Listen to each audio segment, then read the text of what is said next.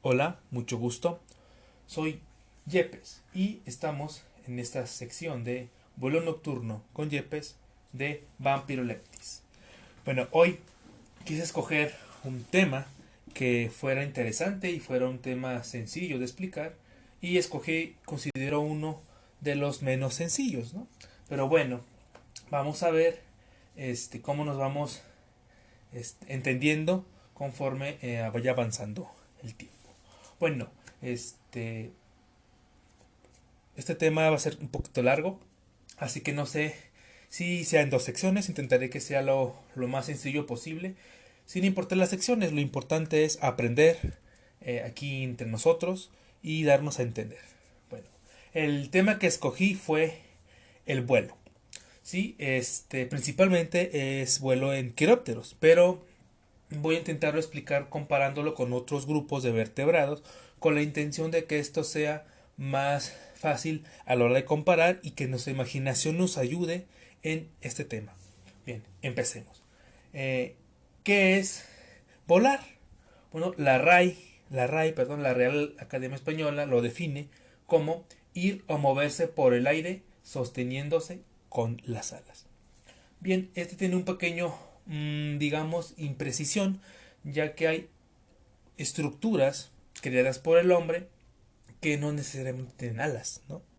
Entonces se ha creado una definición un poco más general, menos precisa, pero un poquito más general, que sería elevarse en el aire y moverse algún tiempo por él.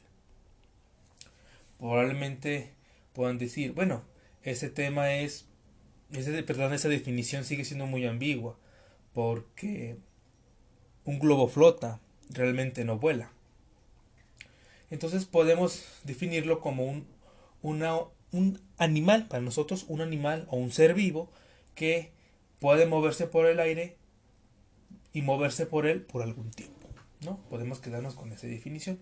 Y bueno, ¿qué animales o qué grupos o qué quiénes son los que pueden volar? Bueno, en general son cuatro grupos principales que serían, hablando por orden de evolución o de aparición, serían los insectos que tienen unas estructuras como tal enfocadas en volar, que serían las alas, que serían consideradas por mí y por algunas otras personas como las alas verdaderas. Después surge, ya en un grupo de vertebrados, los pterodáctilos, las aves y los murciélagos. Estos se dieron algunas modificaciones en sus brazos para poder imitar, por decirlo de alguna manera, a los insectos en esta cuestión de volar por medio por medio de sus alas. Para los vertebrados es bastante complicado definir cómo fue este proceso de evolución, ya que al ser estructuras, digamos, complejas en las que estén implicadas piel, músculo, huesos, etcétera, nos es un poquito complicado comprender cómo es que el vuelo pudo haber surgido en estos vertebrados. La teoría general nos dice que pudieron hacerlo de manera constante. ¿Cómo sería esto? Imaginemos el animal que ustedes quieran, un pequeño mamífero, un pequeño reptil, algo por el estilo, que se da cuenta o que, no sé, que empieza a brincar entre árboles, entre rocas, y conforme va pasando el tiempo se da cuenta que haciendo varias posiciones llega un poquito más lejos o llega a una velocidad mayor. Van pasando las generaciones, se va dando la selección natural y estos grupos empiezan de brincar a deslizarse por, por el aire, ¿no? Como se podría decir, como planear, se encuentran planeando. Ejemplos actuales, ¿no? Por ejemplo, está la ardilla voladora, que es una ardilla que usa su piel para poderse desplazar por el aire. Con el paso del tiempo, seguimos en el paso del tiempo, empiezan a aletear, a mover los brazos, las piernas, hacer ciertas posiciones y pueden incluso hasta modificar su caída de tal manera que pueden alzarse un poco en el aire para posteriormente volver a caer. Con el paso del tiempo, y le repito, con la selección natural y la suerte de los individuos, empiezan a volar, ¿no? Probablemente vuelos cortos, hasta el tiempo en que prácticamente dominen el cielo. Esto es bueno, es genial, increíble todo esto, y en especial porque fueron evoluciones de individuos o de grupos o de animales que no están relacionados entre sí. Si bien los pterodáctilos son reptiles voladores, las aves son dinosaurios prácticamente que pueden volar, y los murciélagos son mamíferos. Son grupos aislados y muy diferentes entre sí, sus orígenes son diferentes, y esto lleva a tener esas evoluciones convergentes para una adaptación del, del vuelo. Y bueno, hablando un poco de estas capacidades del vuelo, vamos a entrar como en un tipo de, digamos, biología comparativa o anatomía comparativa con esos grupos. Vamos a ir viendo cómo las estructuras del cuerpo de estos tres grupos, pterodáctilos, aves y murciélagos, se comparan, se parecen, se van adaptando, y qué diferencias y similitudes tienen, ¿no? Bueno, un poco de generalidades, vamos a decir, se los voy a dejar así claro, como unos ejemplos sencillos. Los pterodáctilos vuelan prácticamente gracias a un dedo, ¿sí? A un dedo que es el meñique, que es considerado el dedo más pequeño de nuestras manos.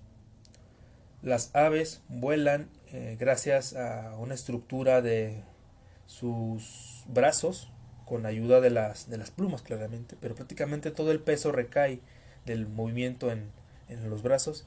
Y en los murciélagos, este tipo de vuelo está más cercano a lo que, si bien está más cercano, perdón, a lo que sería el brazo, también están implicados los dedos de la mano. Esto quiere decir que los murciélagos usan sus manos para volar. Es algo que para mí es fascinante en comparación con los otros grupos. Y bueno, como comentar, durante muchísimo tiempo se creía que los murciélagos eran los únicos que podían volar con las manos. O sea, habían acomodado todas las estructuras de sus manos, de los huesos de las manos, para poderse mantener en el aire. Hasta aproximadamente en el 2015, que había salido un estudio de un ave o ave dinosaurio que estaba emplumada y tenía modificado las falanges de los dedos. O sea, sus dedos estaban adaptados de tal manera que estaban acomodadas como los murciélagos, unidos por un pedazo de piel. Bueno, eso se sospecha que puede haber estado con un pedazo de piel, y se desconoce si podía volar. Lo que sí se sabe es que planeaba. Esto debido a estructuras anatómicas de aves que no se comparan. Se cree que no podía volar, pero sí mínimo podía planear. Y es algo curioso porque se considera como la primer intento de vuelo, así de manera errónea considero yo, pero sí la manera de planeo parecida a la de los murciélagos. Probablemente si esta especie no se hubiera extinto, podríamos decir que hubiera dinosaurios o aves que vuelan con los dedos. Por desgracia, las incógnitas se mantienen ahí.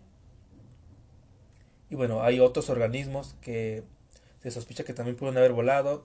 Por ejemplo, hay cierto pez que llaman un pez volador, que son las modificaciones de sus aletas. Pero bueno, a final de cuentas no lo han logrado y no se considera.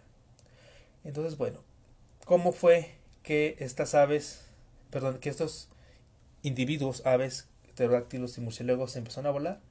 Bueno, pterodáctilos es un misterio. Por desgracia, el registro fósil no da mucha información de su biología, ¿no? Nos da algunas pistas, pero no todas. Y de las aves, pues nos debemos de basar principalmente en las categorías actuales. El caso de los murciélagos, se considera que durante el Cretácico hubo una extinción de cierto grupo de aves, por lo que las aves se volvieron menos numerosas. Los murciélagos, aprovechando este hueco en el ecosistema aéreo, empezaron a volar, empezaron a surgir. Y esto pudo haber provocado que los pequeños mamíferos escalaran árboles, escalaran ciertos acantilados, se aventaban al precipicio con la intención de agarrar algunos insectos. Con el paso del tiempo empezaron a planear hasta que finalmente terminaron volando. Lo curioso es que las aves rapaces de aquellos entonces eran diurnas, se mantenían y se movían durante la luz del sol, y de noche prácticamente no había, o simplemente no había. Y los orígenes de los murciélagos se pueden considerar que son prácticamente en las noches crepusculares del Cretácico.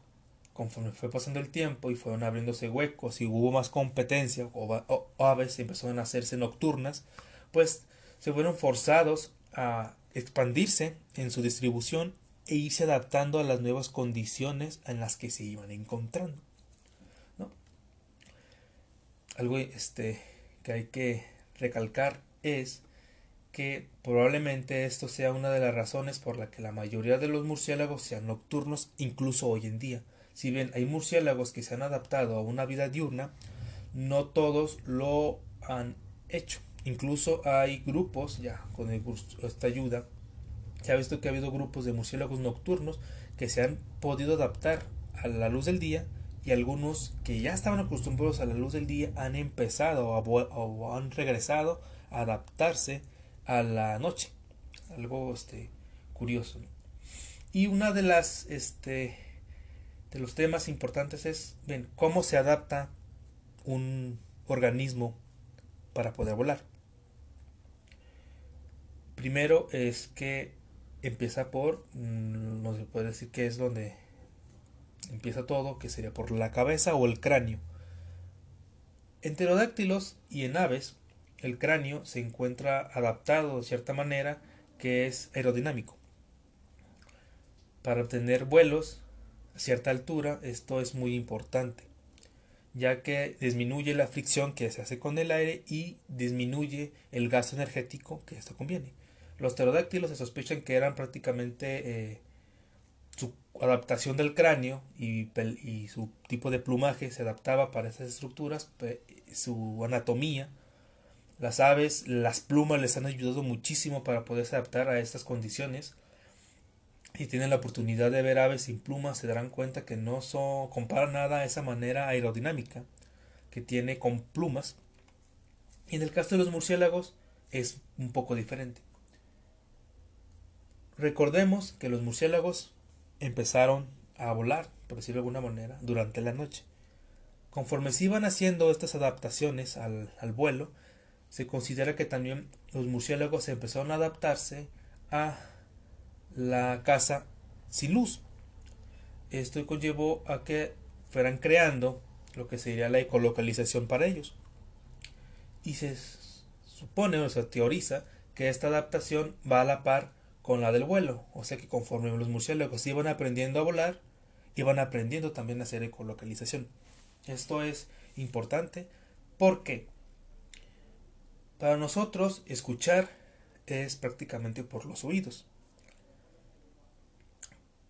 Pero recordemos que el sonido es algo físico. Son ondas que van y vienen, rebotan, y ese rebotar es el que los murciélagos perciben, les ayuda a encontrar y entenderse en su medio. Los murciélagos tienen, si bien tienen un oído increíble y tienen modificaciones en sus mismas orejas, esas cositas que podemos ver para escuchar mejor, hay algunos que se han ido, digamos, como un paso más adelante y tienen estructuras en lo que sería la parte del rostro. Estas estructuras, o verrugas, o pliegues de piel, como le queramos llamar, tienen la función de poder captar esas ondas sonoras con mayor eficiencia. Entonces, los invito a que busquen fotografías de la cara de los murciélagos o el rostro de los murciélagos. Se van a encontrar con tantas adaptaciones que hay, modificaciones que incluso llegan a ser increíbles, que gente que las considera como feos, pero digo, wow, es algo genial lo que los ha llevado a hacer. Y es que esas estructuras impiden o dificultan que los murciélagos puedan ser completamente aerodinámicos en esta estructura, en lo que es el cráneo. Por lo que la mayoría de las adaptaciones y modificaciones de los murciélagos para el vuelo se encuentran en la parte que se le considera como postcraneal o después del cráneo. Prácticamente lo que tiene el cráneo en cuestión de vuelo serían ciertas adaptaciones que serían para poder cazar a su alimento, en caso de que cazan otros grupos de animales o insectos o vertebrados como pequeños mamíferos y anfibios y reptiles. Prácticamente eso, pero en sí no está adaptado como tal a una capacidad de vuelo en comparación con aves pues y pterodáctilos. Bueno, vamos a tomar el siguiente, digamos, parte del cuerpo que está adaptado para el vuelo. Sería el tórax.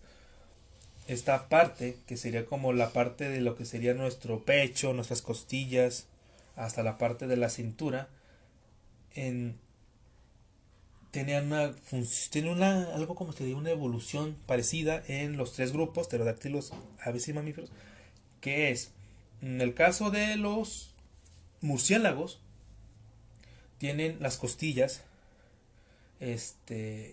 más anchas, te cuentan muy anchas y no son tan flexibles como por ejemplo nosotros. Puede ser el experimento ahorita de inhalar y exhalar, te darás cuenta que tus costillas se expanden, se hacen más grandes y se hacen más pequeñas. Los murciélagos no tienen, digamos, tanta facilidad para hacer eso.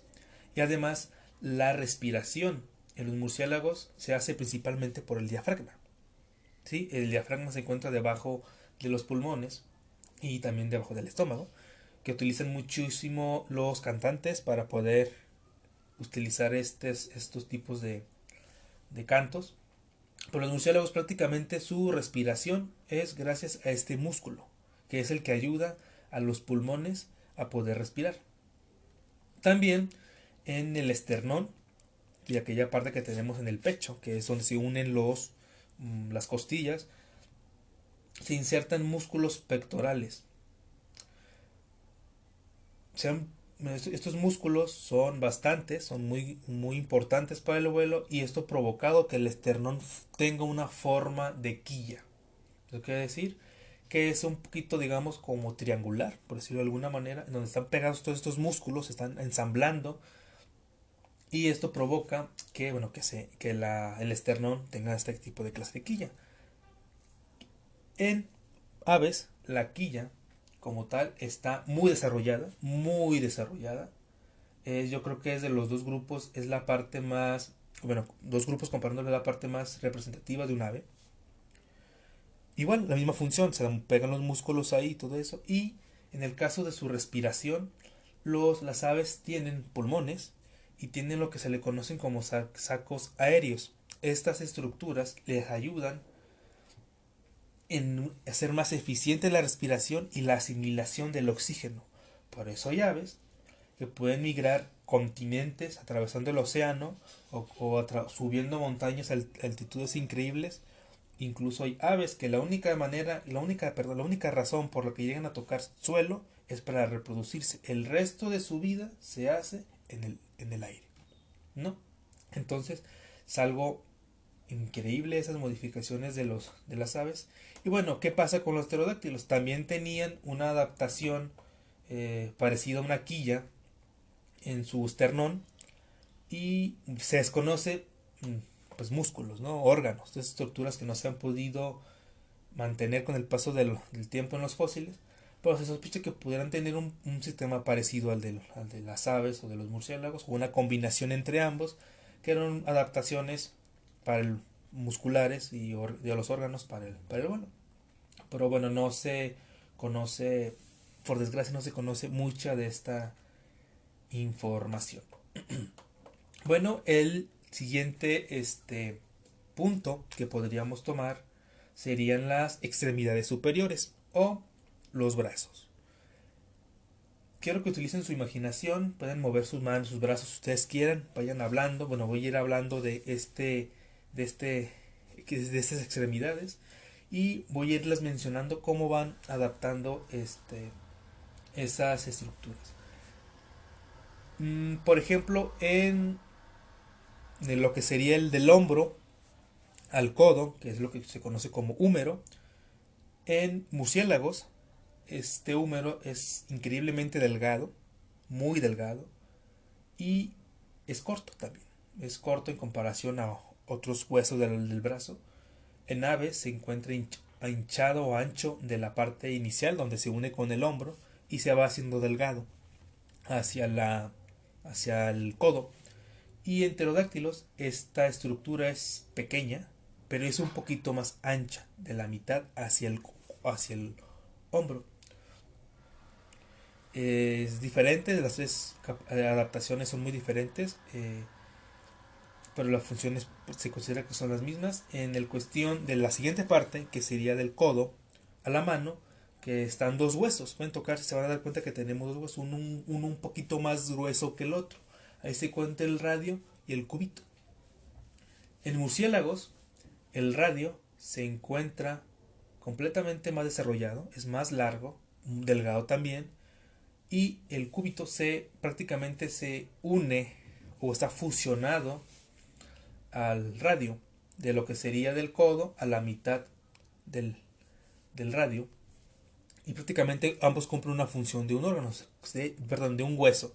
Se considera que con el paso del tiempo va a desaparecer completamente de los murciélagos. En el caso de las aves, el cúbito se encuentra más desarrollado y es más ancho que el radio. Igual cumplen una función similar, pero se considera que es porque es donde están más anclados los ciertos músculos y le tienen una función más importante que el otro hueso. Y en el caso de los pterodáctilos, ambos huesos se encuentran fusionados prácticamente y cumplen la misma función, ¿no? Después de eso tenemos un grupo de huesos, ¿no? Que es donde se encuentra lo que llamamos muñeca, que es lo que ayuda a la mano a poderse mover con respecto al resto del brazo. Estos huesitos en pterodáctilos se encuentran tan diminutivos que se podría decir que no se ven. Sí se encuentran, pero son muy pequeños y su función prácticamente es muy limitada. En aves solamente cuentan con dos. Igual, las funciones parece que son muy específicas, pero no necesitan más. Y en murciélagos también son prácticamente pequeñas.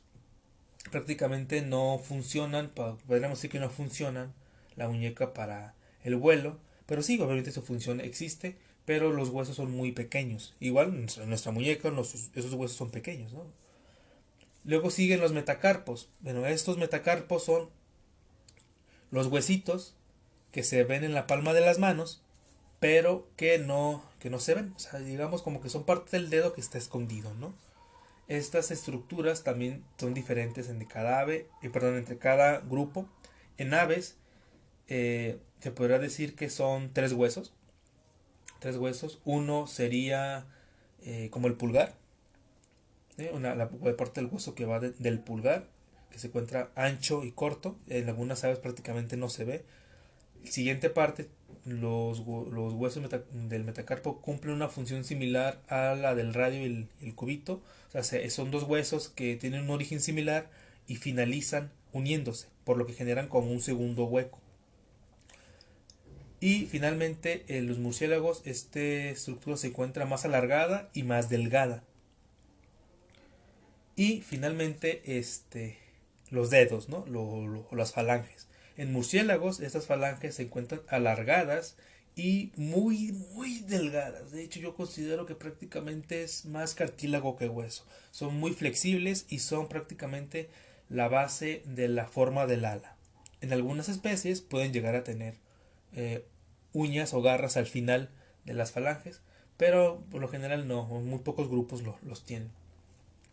En aves, estos huesos, estos falanges se encuentran reducidos en dos dedos, digamos, un dedo con dos falanges y el último con ninguno, perdón, con uno. y prácticamente la función pues sigue siendo la misma, ¿no? Es el sostén de las plumas, y el pterodáctilos es increíble. Tienen 4 dedos, ¿sí? De estos 4 dedos, 3 tienen una función de agarre, sostén, entonces ahí, y el dedo meñique se encuentra súper desarrollado, ¿sí? Tan desarrollado que si yo considero que es más de la mitad del brazo, ¿sí? Estamos hablando de que es más largo que el brazo en sí. Y se encuentra súper desarrollado, es completamente grueso, empieza muy grueso, se va conforme se va alargando las estructuras, se va haciendo más delgado, pero es prácticamente la base de los pterodáctilos, y no sé si recuerdo si ya se los he mencionado, es prácticamente la base del vuelo. Los pterodáctilos vuelan con el dedo meñique, vuelan con elegancia. Los murciélagos vuelan prácticamente con la mano, es la estructura que tienen más desarrollada. Y las aves perdieron esas características de manos y esas cosas como tal, pero se debe a que todos los músculos que están ahí se anclan a estos huesos, y las plumas también, por lo que si bien pierde esas funciones, se adaptó lo suficientemente bien a las condiciones del aire, ¿sí? También hay que pasar que, bueno, quiero mencionar que los murciélagos tienen lo que se le conoce como patagio, que es este músculo o piel que están unidas entre sí por los huesos, todo eso que es lo que forma esta forma de ala, por decirlo de alguna manera, y también lo tenían los pterodáctilos.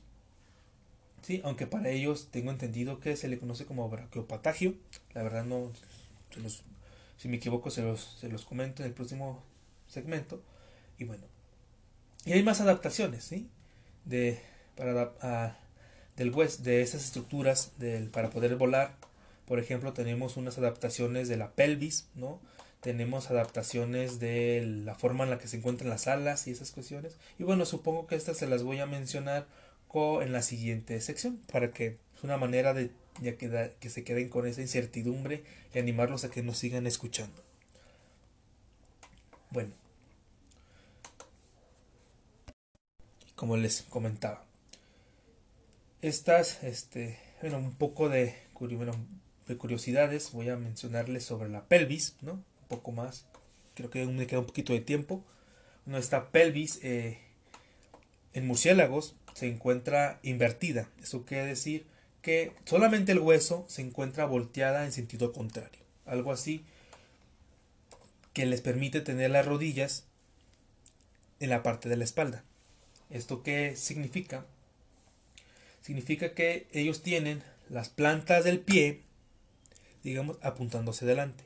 Esto les permite, o se considera que les permite, pegarse mejor a las cavidades, y no les molesta tanto para tener el cuerpo pegado a lo que sería esas estructuras, para una mejor protección y una mejor percha, o estar colgados de manera más eficiente en el medio. Esta función no tiene, o se desconoce una función para el vuelo en murciélagos.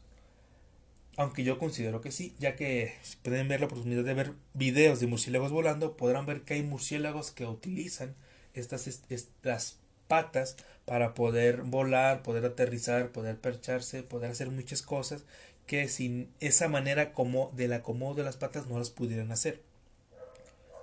Y bueno, voy a continuar con este tema, como les comentaba, en la siguiente sección. Y bueno, yo soy Yepes, esta es mi sección, soy parte de Vampiroleptis, y espero tuvieran unas bonitas fechas navideñas y tengan un año nuevo bastante próspero. Sí, me despido, muchísimas gracias por escucharnos.